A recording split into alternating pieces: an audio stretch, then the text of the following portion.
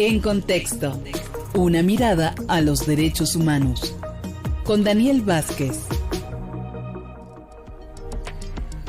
¿Y qué hechos dejaron huella, marcaron todas las historias de derechos humanos a lo largo de 2025, sobre todo cuando estamos hablando de acontecimientos de la historia que todos los días el genocidio que sigue ocurriendo en Gaza, pero también cuando estamos hablando de otras historias como las que ocurren, este asedio que ocurre en Venezuela? De esta y otras historias vamos a hablar a continuación con Daniel Vázquez en este recuento apretado, ajustado, que de los hechos que marcaron los derechos humanos en este año. Daniel, qué gusto saludarte, buena tarde. Hola Adriana, muy buenas tardes. Justamente sobre eso es la charla de ahora, de algunos recuentos del 2025. Va a ser muy apretado, fíjate, es difícil tratar de resumir todo lo sucedido en materia de derechos humanos durante todo un año, en especial porque pues nosotros tenemos múltiples derechos civiles, políticos, económicos, sociales, culturales, ambientales. Entonces prácticamente en nuestra vida cotidiana siempre tenemos derechos a la mano, ¿no? Esto siempre es importante repetirlo. Cuando nosotros nos despertamos por la mañana, nos tomamos una ducha, hacemos el desayuno, prendemos el noticiero, en esa rutina cotidiana hay derechos humanos, ¿no? Está el derecho a la vivienda, está el derecho al agua, el derecho al acceso al agua cuando nos damos la ducha, el derecho a la alimentación cuando hacemos el desayuno, el derecho a la información y también la libertad de expresión cuando prendemos la radio y escuchamos el noticiero. Entonces los derechos humanos son bien cotidianos y por eso justo no es tan fácil, ¿no? Hacer un recuento de lo sucedido a lo largo del 2025. Mira, pensé en 3 sucesos, 2 internacionales y uno más bien una temática local, y también en cerrar con algunas buenas noticias y también dar espacio para que platiquemos un poquito. Mira, el primer suceso muy importante que engloba varias problemáticas que están relacionadas con derechos humanos, es un suceso internacional, es la vuelta a la derecha en materia electoral. De hecho, ya había gobiernos, obviamente, de derecha: Erdogan en Turquía desde el 2003, Víctor Orbán en Hungría desde el 2010, Bukele en El Salvador desde el 19, o Giorgia Meloni en Italia, de quien se habla poco a partir de octubre del 2022. Sin embargo, hay 2 cosas relevantes: no solamente que más gobiernos de derecha llegaron al poder, sino además que son de extrema derecha, son gobiernos que tienen tintes abiertamente neofascistas. Entonces, esto lo hace mucho más problemático, ¿no?, que cuando se trata de gobiernos de centro derecha. Entonces, por ejemplo, arrancamos mal desde el inicio del 2025. Si bien es cierto que la elección fue en noviembre del 2024, el 20 de enero del 2025, pues Trump asume el poder en Estados Unidos. Y muy rápidamente, en febrero del 2025, hay una alianza conservadora que gana las elecciones parlamentarias en Alemania. Si bien esa alianza en principio es conservadora de centro derecha, no hay que olvidar que la extrema derecha obtuvo su mejor votación histórica en Alemania. Esa extrema derecha sí tiene tintes neofascistas y quedó como segunda fuerza. Entonces es muy relevante. Ya sabemos que cuando la extrema derecha avanza en Alemania, las cosas pueden ponerse medio feas, ¿no?, por decirlo rápido. Luego, en abril del 2025, también tenemos la reelección de Daniel Noboa en Ecuador. En octubre, en el caso de Argentina, inesperadamente Javier Milei recibe un respaldo en las elecciones intermedias. En noviembre, Rodrigo Paz Pereira en Bolivia llega al poder, que este es un gobierno en realidad de centro derecha, pero bueno, ¿no?, hay un cambio importante de un gobierno que era de izquierda a un gobierno de derecha. También en noviembre, en el caso de Chile, llega al poder José Antonio Kast, que es un político abiertamente pinochetista, ¿no? Y en este momento, por ejemplo, el 80% de los países europeos son gobernados actualmente por la derecha o por coaliciones que incluyen a la extrema derecha. Es un montón. Y en América Latina pasa algo parecido. Ya son muchos los gobiernos que han dado esa vuelta a la derecha. Ahora, ¿por qué estos gobiernos de derecha, y en especial los gobiernos de extrema derecha, son problemáticos para los derechos humanos? Mira, por varias razones. Lo primero es porque el modelo económico neoliberal suele aumentar los niveles de desigualdad y pobreza. Entonces ahí tenemos un impacto muy importante en los derechos económicos y sociales y también en los derechos laborales.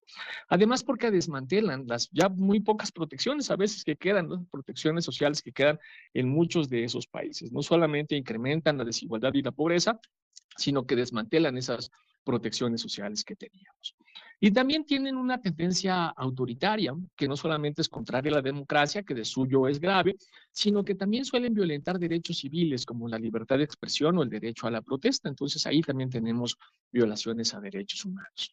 Y además construyen narrativas y además toman decisiones de política pública que incrementan las estructuras de riesgo y de opresión de grupos en situación de vulnerabilidad, ¿no? Especialmente los migrantes. Me parece que actualmente en esta ola de derecha, los migrantes son de los grupos que corren los mayores riesgos, pero también de las diversidades sexogenéricas y de los derechos sexuales y reproductivos de las mujeres. Entonces ahí tenemos muchos problemas con este tipo de gobiernos. Tenemos un segundo caso, una segunda nota de la que te quería hablar a nivel internacional, que tiene que ver con el incremento de las dinámicas imperialistas de Estados Unidos. Déjame tomar un poquito de agua. Eso Listo, es un porque si no, tema, no iba a poder terminar. y es un tema fuerte de Sí, dale, conversación dale. todavía, Daniel. Eso, claro, tenía que hacer un sorbo, tenía que hacer Claro. un sorbo para entrarle al incremento de las dinámicas imperialistas de Estados Unidos. Este es un segundo tema que también pone mucho en riesgo a los derechos humanos. Trump ha priorizado en este primer año de gobierno el nacionalismo transaccional, un proteccionismo económico y una resurrección muy agresiva de la influencia territorial. Entonces, esto se puede marcar por varios elementos. Primero, por la sustitución de los acuerdos multilaterales por tratados bilaterales y aranceles recíprocos. Esto es grave, porque lo que nosotros veníamos tratando de construir durante toda la segunda mitad del siglo XX, en particular con instituciones como la Organización de las Naciones Unidas, es justamente acuerdos multilaterales que generaran una especie con muchas debilidades y con muchísimos problemas, eso hay que decirlo, pero que generaran una especie como de democracia entre los estados, de sociedad estatal que sea razonablemente democrática y que pudiera de alguna manera tomar decisiones justamente multilaterales entre todos los estados, sino que sean avasallados por una gran potencia. Bueno, eso está llegando a su fin. Tenemos una creación de un nuevo orden internacional, en principio en materia comercial, pero también en general en las decisiones, en la forma en que se toman las decisiones. Entonces estamos cerrando las dinámicas de acuerdos multilaterales y estamos pasando hacia tratados con características más bien bilaterales. Un segundo elemento de estas dinámicas imperialistas tiene que ver con las ambiciones territoriales que se observan cuando reclaman cosas como el Canal de Panamá, cuando avisa que o amenaza con que va a tomar algún territorio en Groenlandia, o incluso partes de Canadá, que tiene un objetivo específico, que es asegurar recursos estratégicos y también mantener cierto control geográfico. Entonces ahí vemos un renacimiento de estas dinámicas imperialistas. Y también el intervencionismo en nombre de la seguridad en contra, en principio, de organizaciones que Estados Unidos considera no solo criminales, sino terroristas directamente, pero en donde suma cosas como políticas contra los migrantes, por ejemplo. Ya comentaba yo que los migrantes son de los grupos que tienen los mayores niveles de opresión en este siglo XXI. Y en donde llegan a plantear el uso de las Fuerzas Armadas en países vecinos para limpiar regiones de interés nacional, ¿no? Entonces ahí tenemos como graves problemas. Y finalmente lo más grave que es justo, ya lo mencionabas tú cuando iniciábamos, que tiene que ver con el rompimiento de las reglas del derecho internacional que se hace evidente en cosas como la presencia ilegal, la presencia militar ilegal y los ataques en las costas de países extranjeros, como es el caso de Venezuela, ¿no? Entonces ahí también tenemos pues problemas de violencia, digamos, y de dinámicas imperialistas en el caso de Estados Unidos.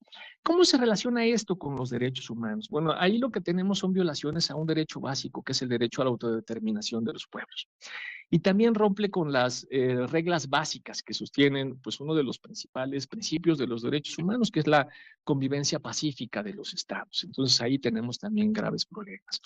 Finalmente el tercero, y para ir aterrizando ya en México, es la desaparición de personas. Si bien es cierto que hemos venido avanzando con esta temática, lo cierto es que todavía tenemos graves problemas de desaparición de personas en el caso de México.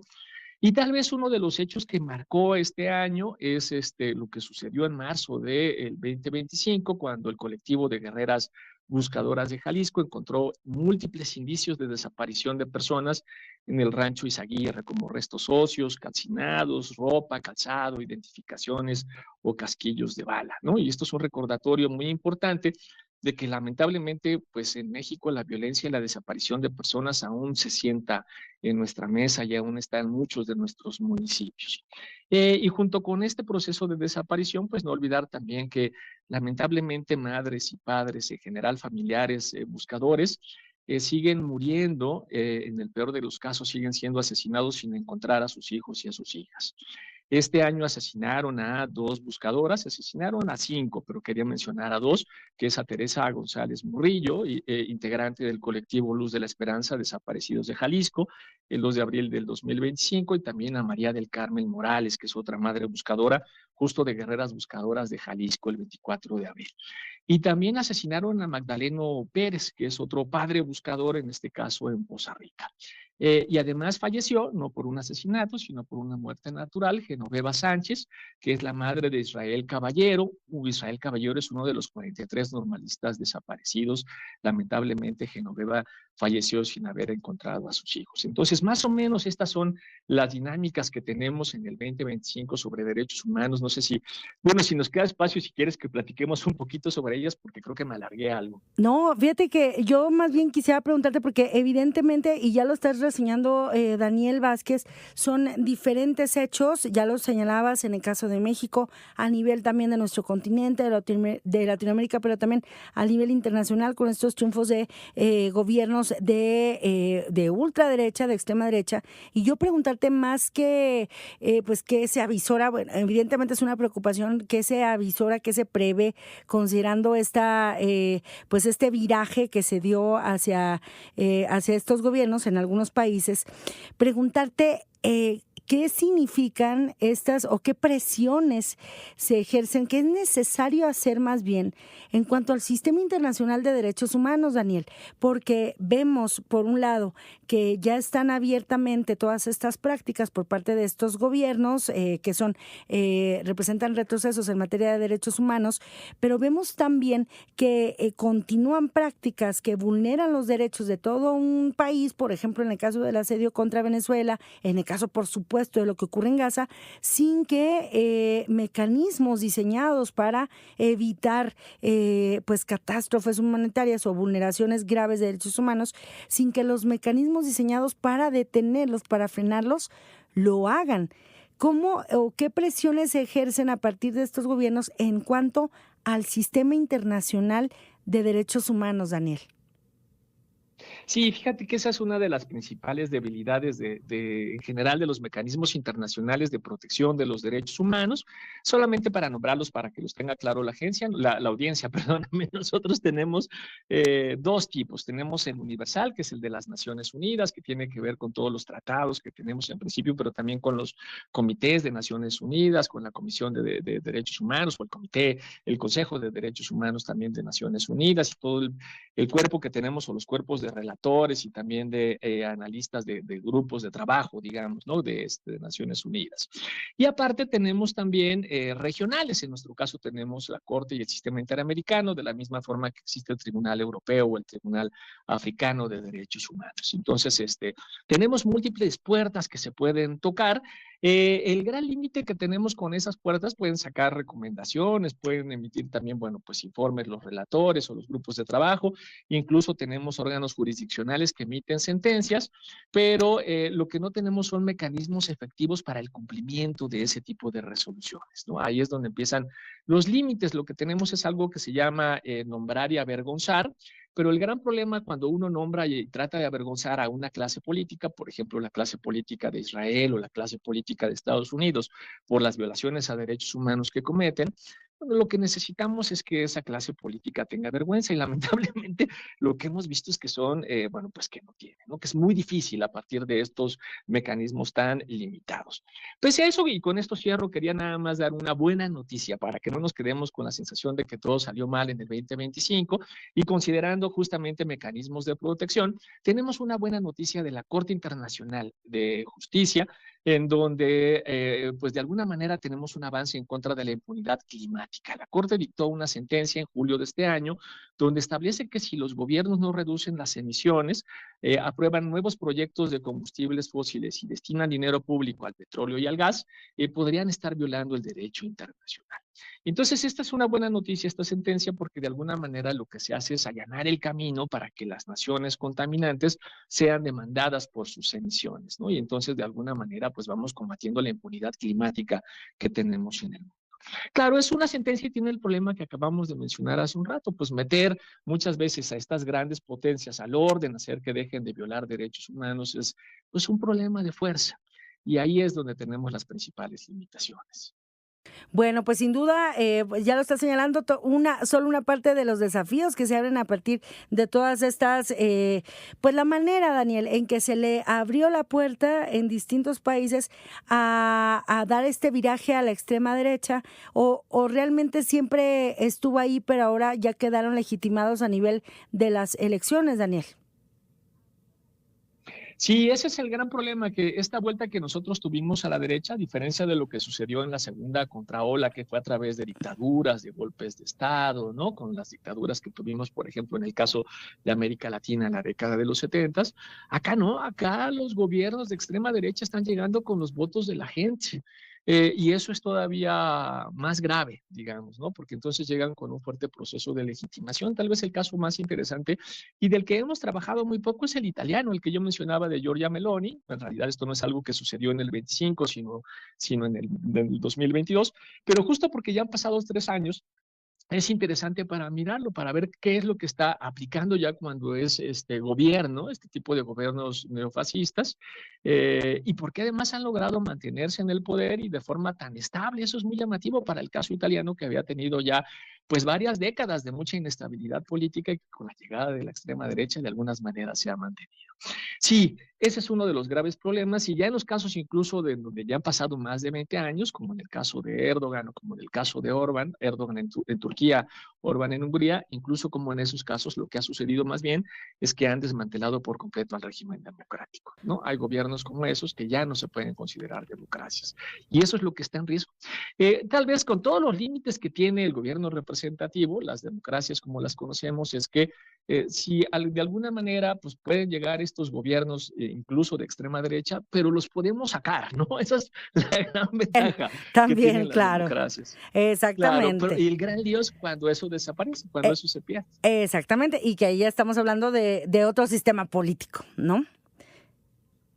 Por supuesto, sí, por supuesto. Bueno, Daniel, pues te agradezco muchísimo por este resumen apretado, pero muy, muy, como siempre, muy, pues muy valioso para entender qué pasó en derechos humanos a lo largo de este año. Daniel, muchísimas gracias, un abrazo y pues feliz año anticipado, Daniel.